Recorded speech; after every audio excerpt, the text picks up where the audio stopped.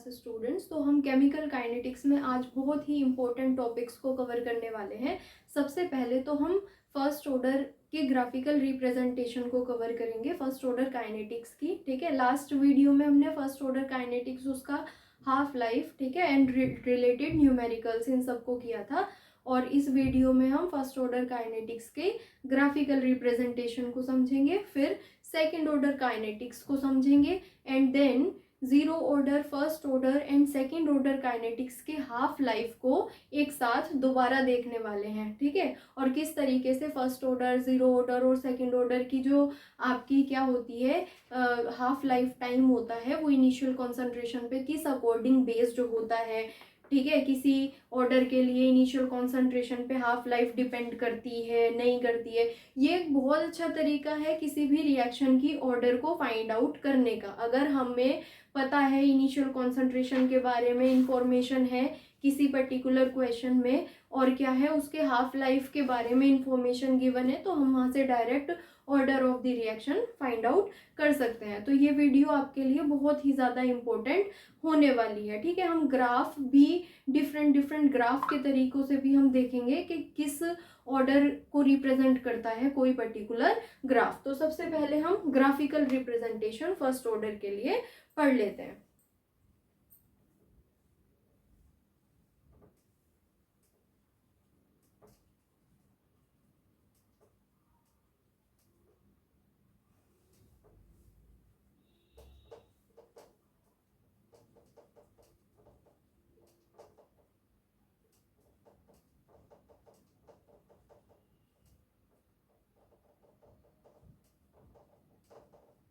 ठीक है, तो स्टार्ट करते हैं graphical representation of first order kinetics. तो आपको सभी को ही पता है फर्स्ट ऑर्डर का मतलब होता है कि आपका जो रेट है, सपोज कोई ए रिएक्टेंट है, उससे क्या बन रहा है, प्रोडक्ट बन रहा है। ठीक है, तो फर्स्ट ऑर्डर काइनेटिक्स की अगर मैं बात करूं तो रेट क्या होता है, डायरेक्टली प्रोपोर्शनल होता है। किसके प्रोपोर्शनल होता है, इनिशियल कॉन्सेंट्रेशन, ठीक है, कॉन्सेंट्रेशन ऑफ रिएक्टेंट की पावर 1। ठीक, तो फर्स्ट ऑर्डर के लिए क्या होता है, रेट डायरेक्टली प्रोपोर्शनल है concentration of reactant to the power order of the reaction. ठीक है, तो ऑर्डर ऑफ द रिएक्शन क्या है आपका, 1 है। तो अगर हम रेट और इनिशियल कॉन्सेंट्रेशन, मतलब कॉन्सेंट्रेशन ऑफ रिएक्टेंट, ठीक है, रेट और कॉन्सेंट्रेशन ऑफ रिएक्टेंट के बीच में ग्राफ करेंगे, तो यहाँ से हमारे पास कैसा ग्राफ आएगा, स्ट्रेट लाइन ग्राफ आएगा। ठीक है, तो y is equal to mx। अगर हम क्या करें, रिएक्टेंट की कॉन्सेंट्रेशन इधर लें, ठीक, concentration of reactant that is a, and इधर क्या ले रखा है हमने, रेट। ठीक है, तो रेट के साथ जो कॉन्सेंट्रेशन ऑफ रिएक्टेंट आएगी, तो वो क्या होगी, आपकी स्ट्रेट लाइन कर्व आएगा। ठीक, मतलब जो रेट है फर्स्ट ऑर्डर के लिए वो इनिशियल कॉन्सेंट्रेशन के डायरेक्टली प्रोपोर्शनल होता है। ठीक है, तो ये तो नॉर्मल सी बात हो गई। अब हमने फर्स्ट ऑर्डर काइनेटिक्स को पढ़ा था जब हमने डेरिवेशन किया था फर्स्ट ऑर्डर काइनेटिक्स का प्रीवियस क्लास में, तो हमारे पास कुछ जो स्पेसिफिक रेट कांस्टेंट का फॉर्मूला आया था फर्स्ट ऑर्डर के लिए, वो क्या आया था, k is equal to 2.303 upon T log, ठीक है, initial concentration upon remaining concentration. ठीक है, तो यहाँ से हमारे पास इसी इक्वेशन से पहले की अगर मैं बात करूं, इस पर्टिकुलर जो हमारा स्पेसिफिक रेट कांस्टेंट है फर्स्ट ऑर्डर के लिए, तो यहाँ से हमारे पास क्या आ सकता है, K T is equal to अब 2.303 और लोग। ठीक है, तो 2.303 लोग को अगर मैं कहूँ तो ये किस में कन्वर्ट हो सकता है, आपका ln में कन्वर्ट हो सकता है, ln, ठीक है, a नोट अपॉन a। तो यहाँ से क्या इक्वेशन बन जाएगी, minus ln a upon a note. ठीक, तो क्या है, नेगेटिव साइन और ln अगर इधर जाएगा तो हमारे पास क्या हो जाएगी, आपकी e to the power minus के T is equal to a upon A nought. तो यहाँ से क्या हो सकता है, A is equal to A note E to the power minus के टी। ठीक है, तो ये एक इक्वेशन है बहुत इंपॉर्टेंट, एक कर्व हम फर्स्ट ऑर्डर काइनेटिक्स के लिए यहाँ से प्लॉट करने वाले हैं। तो ए क्या है आपकी, कॉन्सेंट्रेशन ऑफ रिएक्टेंट। ठीक है, ए है आपकी कॉन्सेंट्रेशन ऑफ रिएक्टेंट का ग्राफ किसके साथ प्लॉट करेंगे, टाइम के साथ। ठीक, तो ये अगर मैं कंपैरिजन करूं तो क्या है आपका y is equal to E to the power minus X. ठीक, आप हाइपरबोला जो एक्सपोनेंशियली डिक्रीज होते हैं कर्व, उसके अकॉर्डिंग इसको a is equal to A note E to the power minus के टी को y is equal to E to the power minus X से अगर कंपेयर करें, ठीक है, तो y पे क्या हो जाएगा आपका a क्या है, कॉन्सेंट्रेशन ऑफ रिएक्टेंट। ठीक है, x पे क्या हो जाएगा हमारा टाइम। तो कॉन्सेंट्रेशन अगर आप इस कर्व को देखें तो एक्सपोनेंशियली क्या हो रहा है, डिक्रीज हो रहा है। तो ये भी आपकी फर्स्ट ऑर्डर काइनेटिक्स है। वाई एक्सिस ये है आपकी एक्स एक्सिस और ये है आपकी वाई एक्सिस। तो अगर मैं वाई एक्सिस पे क्या ले लूं, कॉन्सेंट्रेशन ऑफ रिएक्टेंट लूं। ठीक है, ध्यान से समझना, concentration of reactant that is a. ठीक, कॉन्सेंट्रेशन ऑफ रिएक्टेंट किसके साथ, एक्स एक्सिस पे टाइम के साथ। तो फर्स्ट ऑर्डर काइनेटिक्स में इस इक्वेशन के अकॉर्डिंग जो रिएक्टेंट की कॉन्सेंट्रेशन होती है टाइम के साथ एक्सपोनेंशियली डिक्रीज होती है। तो ये भी कर्व आपका किसका है, फर्स्ट ऑर्डर काइनेटिक्स का कर्व है। ठीक है, अब इसी से ही हमारी नेक्स्ट एक इक्वेशन आ जाती है। अगर हम स्लोप के बारे में बात करें तो जो थर्ड कर्व है वो आपका काफी इंपॉर्टेंट कर्व होने वाला है। ठीक है, फर्स्ट ऑर्डर काइनेटिक्स में ही अगर हम इसी इक्वेशन, इसी की हेल्प से देखें कि जब हमने डिराइव किया था वो स्पेसिफिक रेट कांस्टेंट का फॉर्मूला क्या किया था, कैलकुलेट किया था, निकाला था वहां पे, तो बीच में हमारे पास इक्वेशन बनी थी। ठीक है, K T is equal to 2.303 log A naught minus 2.303 log A. ठीक है, इस तरीके से इक्वेशन थी। ठीक, अब मैं क्या करूं, इस इक्वेशन में 2.303 से अगर डिवाइड करूं तो मेरे पास क्या आ जाएगा, K T upon 2.303 is equal to log A naught minus log A. ठीक, इसको इधर लेके आएंगे, log A is equal to minus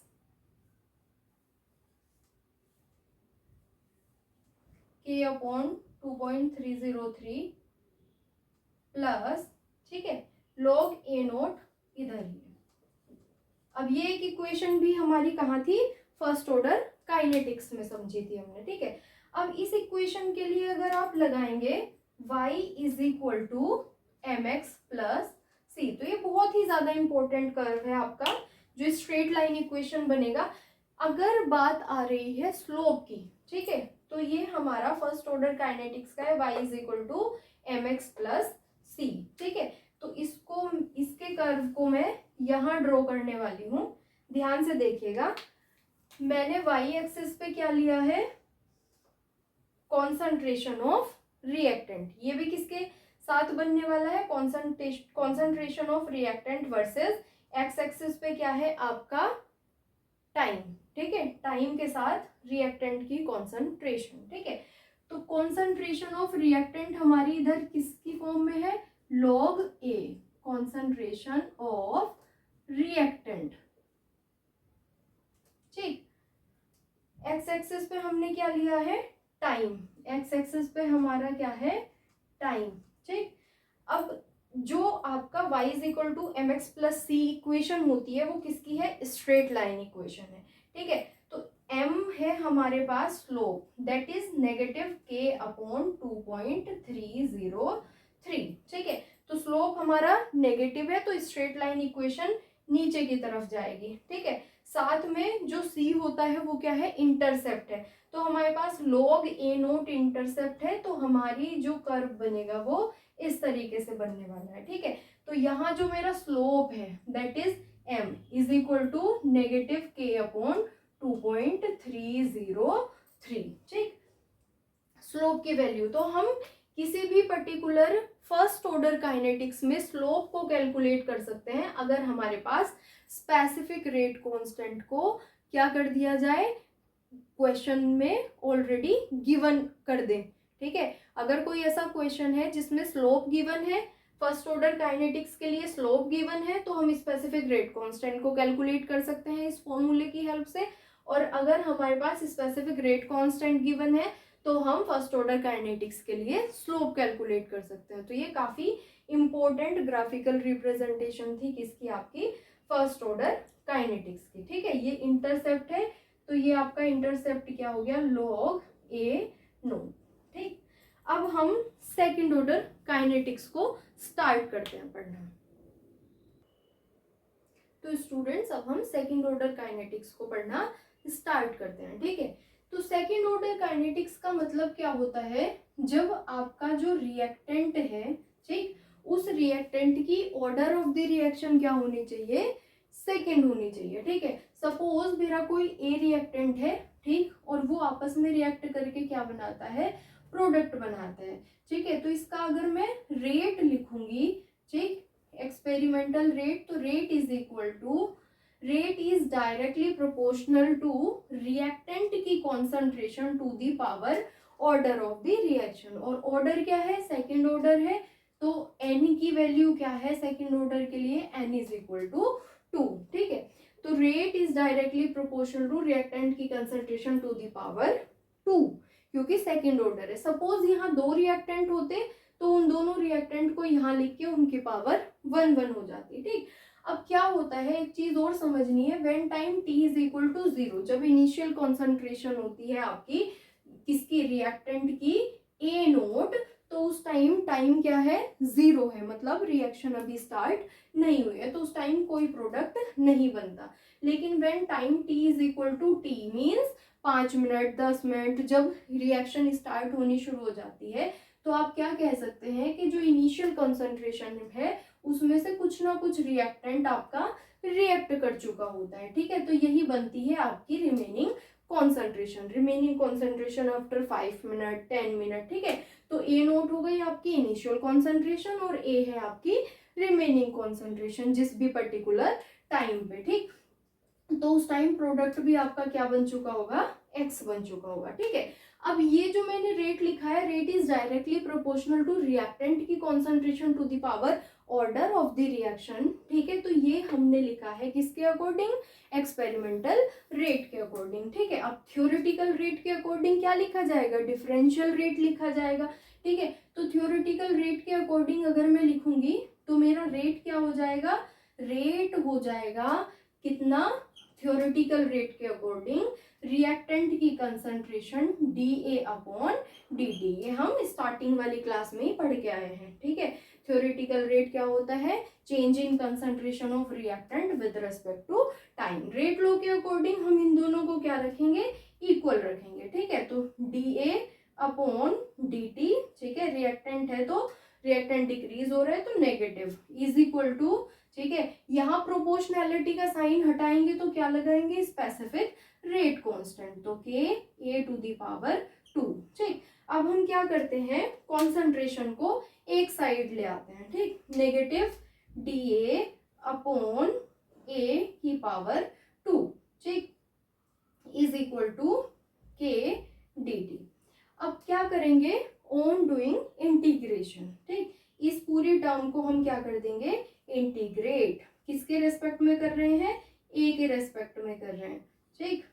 k हमारा क्या है, कांस्टेंट है, तो k हमारा बाहर आ जाएगा, ठीक है, इंटीग्रेशन से। अब इंटीग्रेशन क्या होती है आपकी, अगर हम नॉर्मली देखें तो यहाँ a⁻²,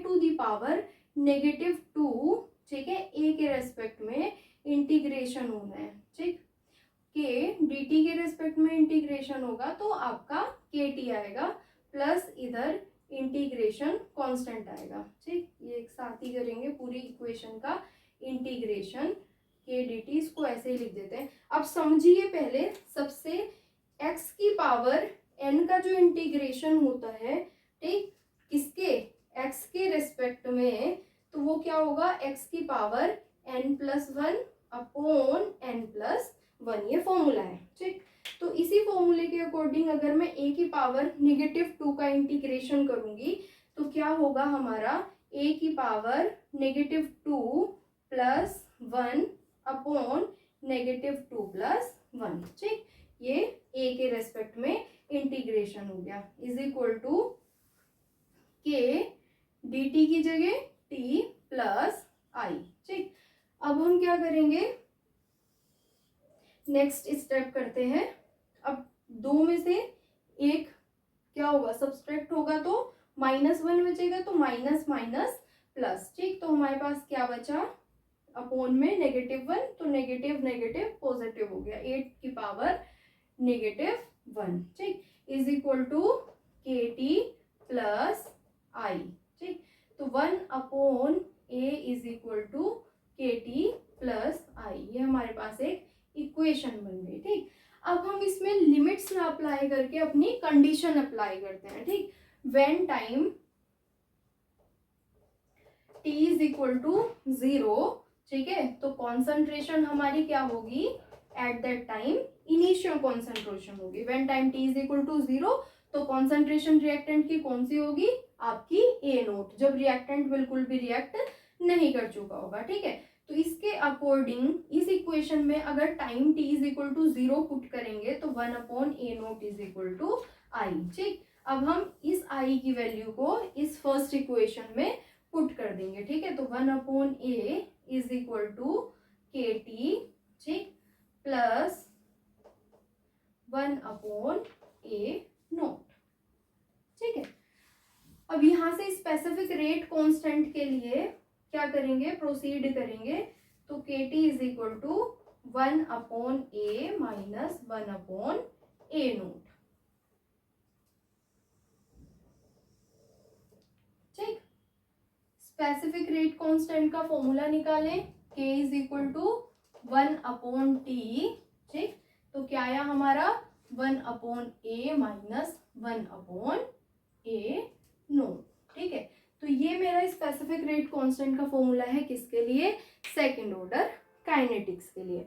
अब बहुत ही ज्यादा इंपॉर्टेंट है हमारे पास zero order, first order, second order, सबके लिए क्या है, स्पेसिफिक रेट कांस्टेंट के हमने क्या निकाल लिए हैं, फॉर्मूले। nth ऑर्डर के लिए भी होता है, वो बहुत सिंपल है, आप इसी अकॉर्डिंग nth ऑर्डर के लिए भी डिराइव कर सकते हैं। ठीक है, बहुत सिंपली आ जाएगा, वो सबके लिए जनरल वर्क करेगा। ठीक, तो स्पेसिफिक रेट कांस्टेंट अगर मैं 0 की बात करूं, ठीक है, तो कितना आया था, k is equal to A0 minus A/T। ठीक है, किसके लिए, जीरो ऑर्डर काइनेटिक्स का स्पेसिफिक रेट कांस्टेंट का फॉर्मूला। ठीक, और किसकी बात करूं, अगर मैं फर्स्ट ऑर्डर काइनेटिक्स की बात करूं, तो हमारे लिए फर्स्ट ऑर्डर काइनेटिक्स में स्पेसिफिक रेट कांस्टेंट का फॉर्मूला क्या आया था, k is equal to 2.303/T log initial concentration upon remaining concentration. ठीक है, सेकेंड ऑर्डर काइनेटिक्स के लिए हमारा स्पेसिफिक रेट कांस्टेंट का फॉर्मूला आया है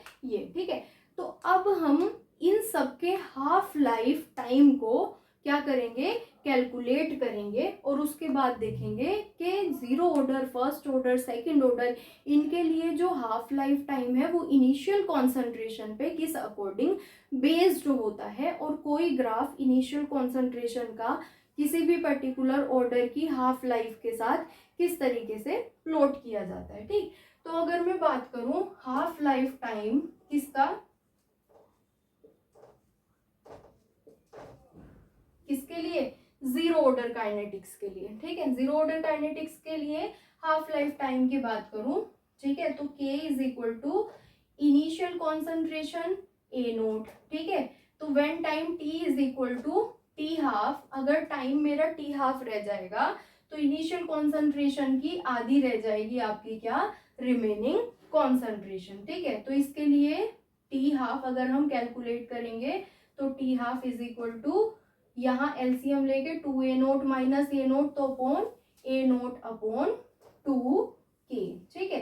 तो यहाँ आप देख सकते हैं जीरो ऑर्डर काइनेटिक्स के लिए ध्यान रखना, जीरो ऑर्डर काइनेटिक्स के लिए जो मेरा हाफ लाइफ टाइम है, किसके लिए, जीरो ऑर्डर काइनेटिक्स के लिए हाफ लाइफ टाइम क्या है आपका, अगर मैं स्पेसिफिक रेट कांस्टेंट को क्या कह दूं, कांस्टेंट कह दूं, तो half life time initial concentration के डायरेक्टली प्रोपोर्शनल है। इसका मतलब कोई कर्व अगर इस तरीके से है, ठीक, किसका, ये है हाफ लाइफ टाइम और ये है इनिशियल कॉन्सेंट्रेशन ऑफ रिएक्टेंट, तो इनिशियल कॉन्सेंट्रेशन ऑफ रिएक्टेंट के साथ हाफ लाइफ लिखा है और कर्व आपका क्या है, इस तरीके से प्लॉट हो रहा है, ठीक है।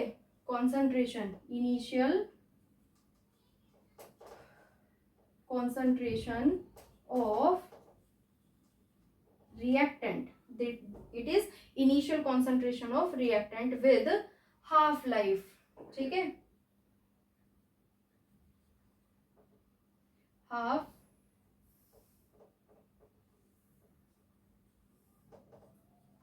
लाइफ टाइम मतलब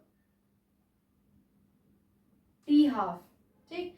तो क्या होगा, ये डायरेक्टली प्रोपोर्शनल है। तो इस तरह का कोई कर्व है, यहाँ लिखा है इनिशियल कॉन्सेंट्रेशन ऑफ रिएक्टेंट, ठीक है, और इधर लिखा है आपका half life time that is T half.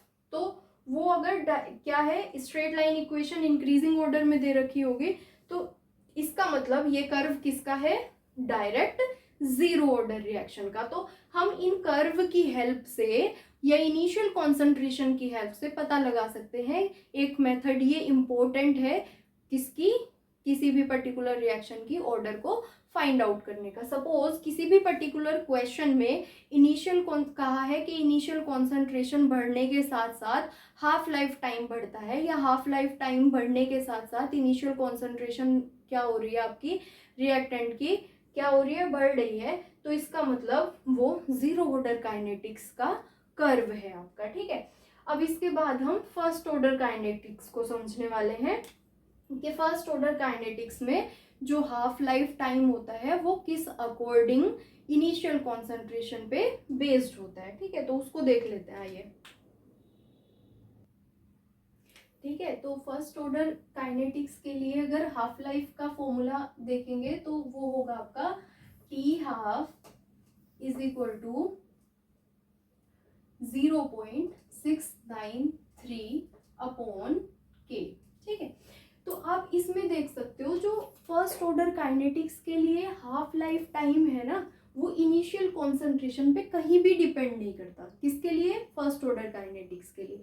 तो अगर कोई क्वेश्चन में इस तरह की लैंग्वेज गिवन है कि जो आपका हाफ लाइफ टाइम है वो इनिशियल कॉन्सेंट्रेशन पे बेस्ड नहीं है, तो इसका मतलब उसके लिए जो ऑर्डर ऑफ द रिएक्शन होगी तो वो है आपकी फर्स्ट ऑर्डर काइनेटिक्स, ठीक है। तो इसका मतलब अगर कोई ग्राफ ऐसा है, सपोज ये है, ठीक है, ये है आपकी A nought concentration, initial concentration of reactant, आपको सभी को पता है ए नोट है तो मतलब इनिशियल कॉन्सेंट्रेशन ऑफ रिएक्टेंट, ठीक है। और इधर अगेन क्या है आपका हाफ लाइफ टाइम, ठीक, और हाफ लाइफ टाइम आपकी कांस्टेंट है, ठीक है। इस तरीके का ग्राफ है। अभी इनिशियल कॉन्सेंट्रेशन है, ठीक है, इधर से इधर जाने पे इनिशियल कॉन्सेंट्रेशन बढ़ रही है, लेकिन हाफ लाइफ टाइम तो क्या है आपकी कांस्टेंट है। तो इस तरह का जो कर्व रहेगा ये किसको रिप्रेजेंट करने वाला है, फर्स्ट ऑर्डर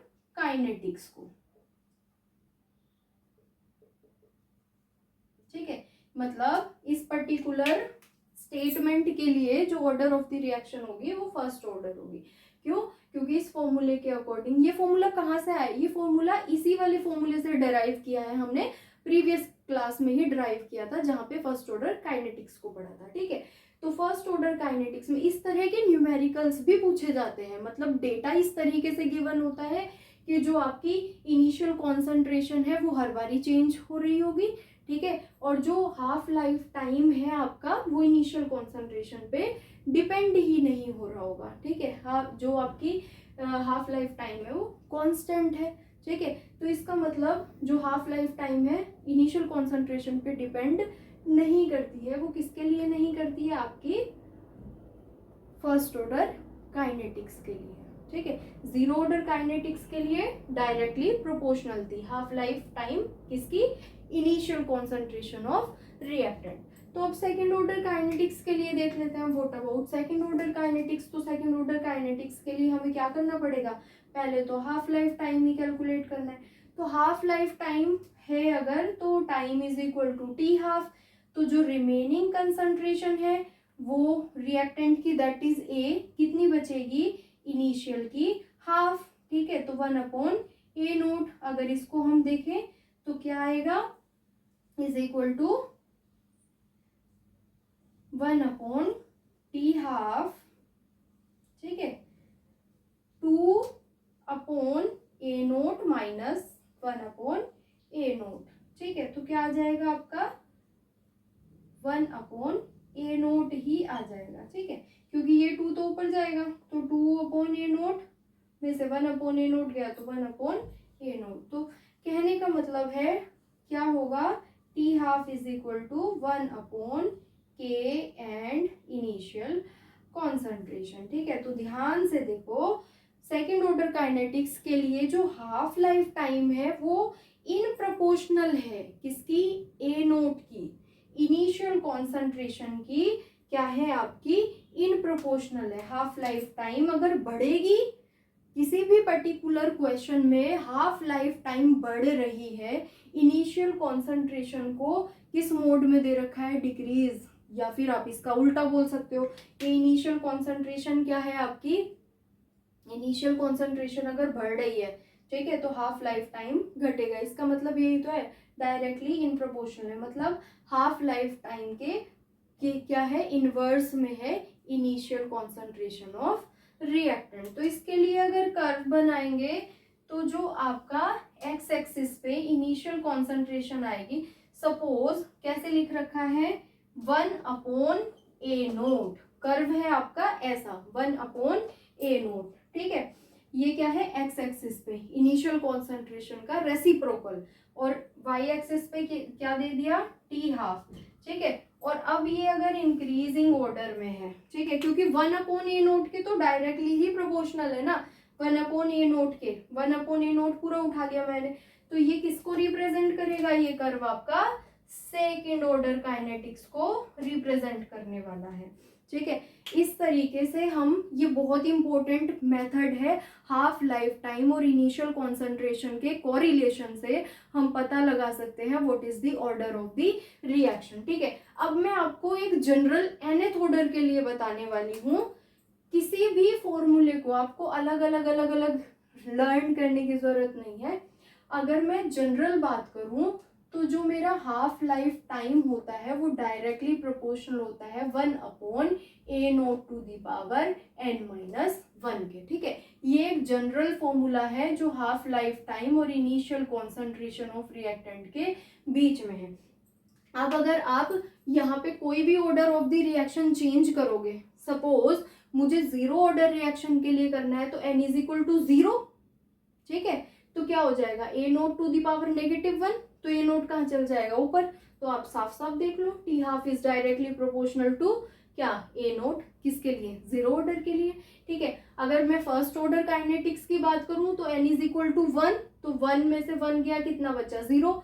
तो किसी भी चीज की पावर 0 का मतलब क्या होता है? 1। तो A0 यहाँ से खत्म ही हो जाएगा, मतलब फर्स्ट ऑर्डर काइनेटिक्स के लिए हाफ लाइफ टाइम A0 पे इनिशियल कॉन्सेंट्रेशन ऑफ रिएक्टेंट पे बेस्ड ही नहीं होगी, ठीक है। अगर मैं बात करूँ सेकंड ऑर्डर काइनेटिक्स की तो आप यहाँ से देख सकते हो n इज इक्वल टू 2, तो 2 में से 1 गया तो यहाँ पे 1, यानी कि T half is directly proportional to 1/A0। तो ये आपका जनरल फॉर्मूला है nth ऑर्डर के लिए, मतलब किसी भी ऑर्डर की हाफ लाइफ को इनिशियल कॉन्सेंट्रेशन पे किस तरीके से डिपेंड करना होता है वो इस फॉर्मूले से हम क्या कर सकते हैं?